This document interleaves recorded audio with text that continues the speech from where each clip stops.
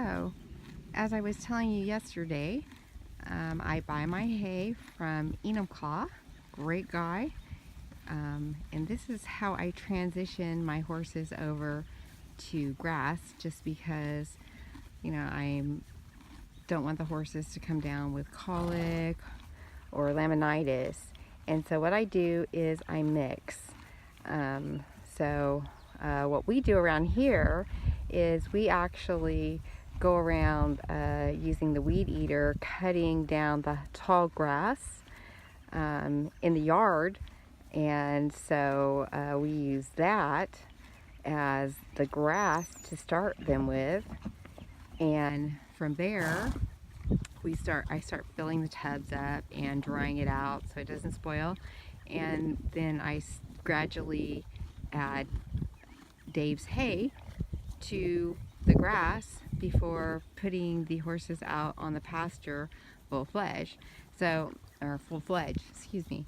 So anyhow, what I do is, here's an area, and I know it's going to seem anal, but by doing this, it allows me to do what I love, be with my horses, spend time with them. It gives me exercise, and it makes me feel good.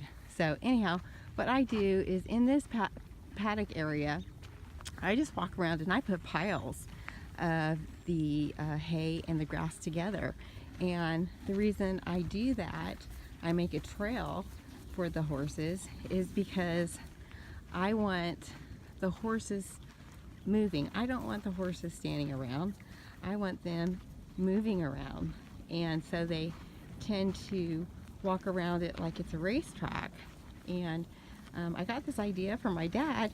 He actually had the space to build an actual racetrack where you actually go and spread hay all the way around the area. So anyhow, this is what I do when I'm feeding Dave's hay from Enumclaw, which is for sale, those 800-pound bales for $55.